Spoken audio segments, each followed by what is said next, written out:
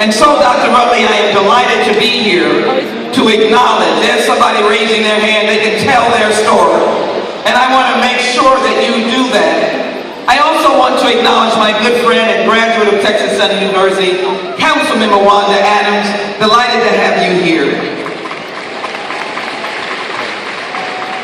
But it is my very special privilege as we lift up this university, Dr. Rutley, letting Houston, Texas know that when it begins to recount its history and raises the names of so many great universities, as I hear it often, I want Houston to know that they cannot speak university, they cannot whisper education until they whisper the name of Texas Southern University.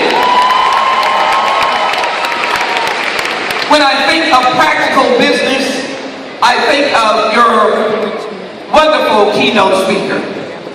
And I ask him to come forward now to receive an acknowledgement from the United States Congress.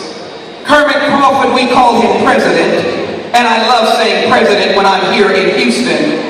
And I thank him so very much for not only spreading the good news of Walgreens, but being a graduate that is well in tune with telling your story. Mr. Kermit Crawford, will you continue to tell your story, for you have been acknowledged for telling your story and recognized this day by the 18th Congressional District.